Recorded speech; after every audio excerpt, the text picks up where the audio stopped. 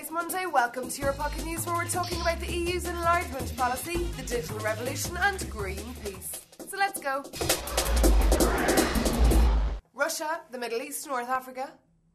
Is it not a bit ambitious to think they should all enter the European Union? We've witnessed so much debate about Turkey's entry. Is it really a good idea to start proposing the entry of Iraq? Foreign Secretary David Miliband's speech has certainly made an impact. This week in Bruges, he announced his hope for the EU to work towards the inclusion of countries like Russia, Middle East and North Africa. Fearing a deepening gap between the East and the West, Miliband feels that we should by all means keep our promises to Turkey. One thing's sure, his historic speech has certainly succeeded in sparking off a debate about the future of Europe. Now you know David Miliband's opinion on European enlargement. What about yours? Fancy writing a 2,000-word essay on the theme? If you're an engineering student or a sales assistant, close your ears. This news bite is exclusively for upcoming European journalists.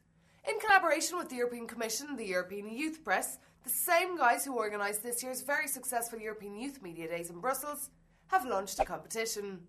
Journalism students and journalist trainees from the age of 17 to 27 are invited to reflect and express their views on the EU's enlargement policy. From the entries from both EU countries and potential EU member states, 33 winners will be chosen. Apart from the prestige and a published article, the budding journalists will be invited to the Balkan countries to a media conference next June.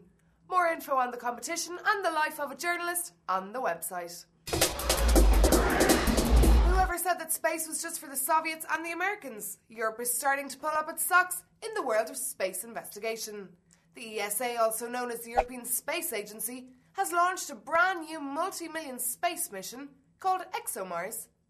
In 2013, the European project will send a robot in a European rocket to Mars in search of traces of past and present life.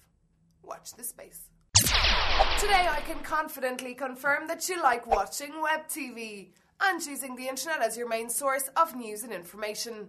Stats this week from the European Interactive Advertising Association have shown that 62% of us in Europe prefer the internet to traditional media. That's what 2 in 3 of the over 7,000 people suggested when they were interviewed in the UK, Germany, France, Spain, Italy, Belgium and Scandinavia. 28% said they rarely read the newspaper anymore, and 40% said they watch less TV. Seemingly 8% of West Europeans are lucky enough to connect via broadband connections. And finally, new research has just underlined the 10 countries that contaminate the most in the world. Top of the list, the US of A. China, Russia, India, Japan, Germany, Australia, South Africa, UK and South Korea were next. The research shows us that citizens in the USA release 8 tonnes of CO2 per person, 16 times more than an Indian citizen. And the Australians seem to contaminate 5 times more CO2 than the Chinese. Stats that are not very surprising and just highlight what we already knew.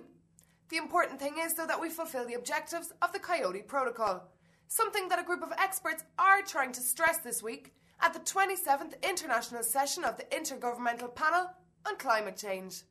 It took place in Valencia, funny enough, so our reporter Natalie caught up with the head of Greenpeace on the Saving Energy campaign. To see the interview, click on the video below. Well, that's all for today, Monday. I'll see you tomorrow in Euro Pocket News. Have a good one. Bye-bye.